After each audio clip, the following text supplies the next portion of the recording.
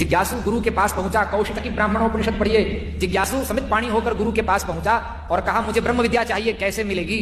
तो गुरु ने कहा ब्रह्म विद्या चाहते हो तो गाय का गोबर उठाओ, वेद लक्षणा गाय।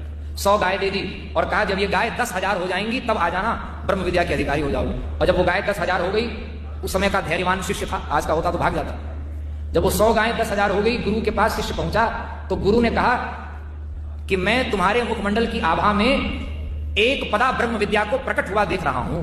एक पाद का मतलब होता है 25%, 25% ब्रह्म विद्या आपके अंदर प्रकट हो गई है, ऐसा मैं तेज आपके चेहरे पे देख रहा हूं, तुम्हारे चेहरे पर देख रहा हूं। गुरु ने शिष्य को कहा। तो वो कैसे आ गई? गाय की सेवा से आ गई। कहा और कैसे आएगी? तो कहा इन्हीं गाय की सेवा करते रहो, यही गाय कामधेनु हैं। अंत में उन गायों के बीच से एक गाय प्रकट हुई, साक्षात कामधेनु, और उसने 25% ब्रह्म विद्या का उपदेश किया। फिर गाय ने किया और गाय से पूछा और कैसे आएगी?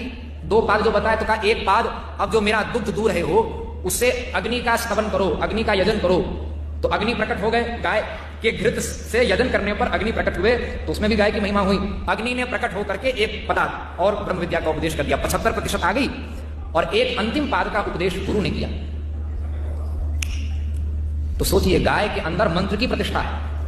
और पृथु का चरित्र श्रीमद् भागवत में पढ़ेंगे 4थे स्कंद में, तो कपिल आदि ऋषियों ने, सांख्य आदि